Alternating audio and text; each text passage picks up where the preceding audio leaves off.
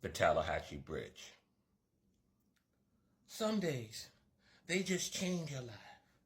Forever there was then, and we can only live in the after. I have lived my life with a sorrow that came to me on the 3rd of June yesteryear. I had been away at school and I had gotten into town just in time for dinner. I was sitting with my folks having summer fixings when I remember Pa almost laughing as Ma said it. Billy Joe McAllister done did murder on herself today.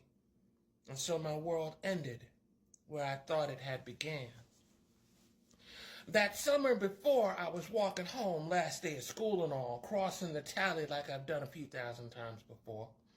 It's a bridge that serves its purpose, but nobody put no love into her making.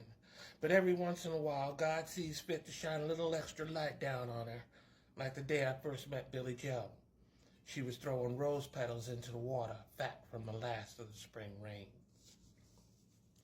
They say this bridge is cursed, she said to me. Nobody knows why, just the thing that is. You can feel it, can't you? This bridge is alive. It's becoming part of us the longer we stand on it. And we start to want what it wants. And what does a bridge want, I wondered? A bridge wants to be in the water, to be part of life, not just standing above it all the time.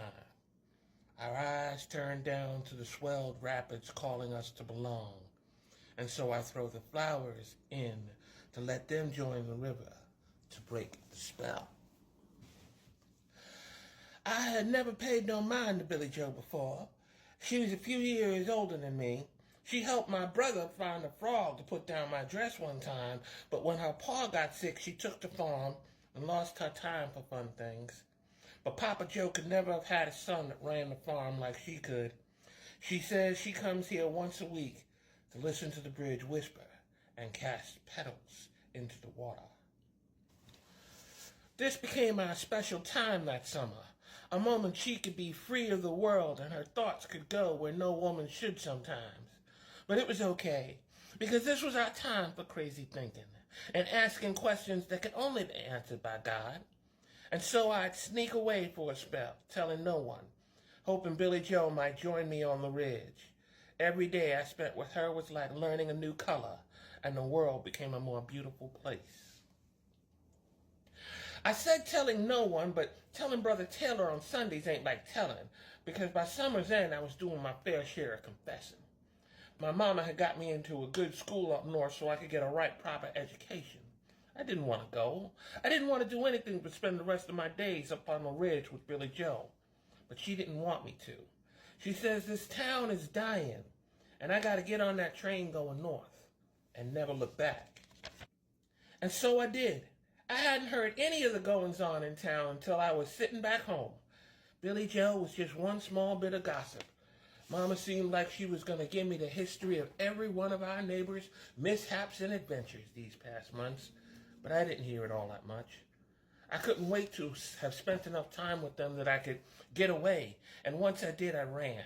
I ran to the Talahatchie, grabbing flowers as I went. She said to me that there was this place with miles of waterfalls. She said the falls of Iguazu was the most beautiful place on earth, but I was the most beautiful thing walking. So I got to the bridge, my hand heavy with flowers. I found a carving, the most beautiful thing walking. I knew then that that's where she jumped. I could hear the bridge whispering to me now. But I cast down the flowers into the water instead. I walked home ever so slowly. I vowed never to come back to that bridge again, for next time I was sure the whispers would call my broken heart into the waters as well. The walk home that day was the longest walk I've ever had taken.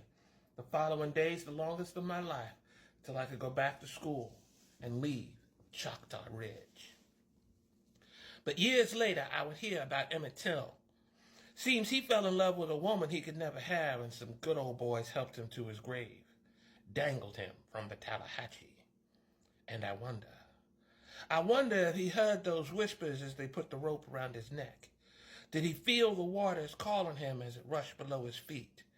And I wonder how many more lovers' hearts have been claimed by the Tallahatchie Bridge.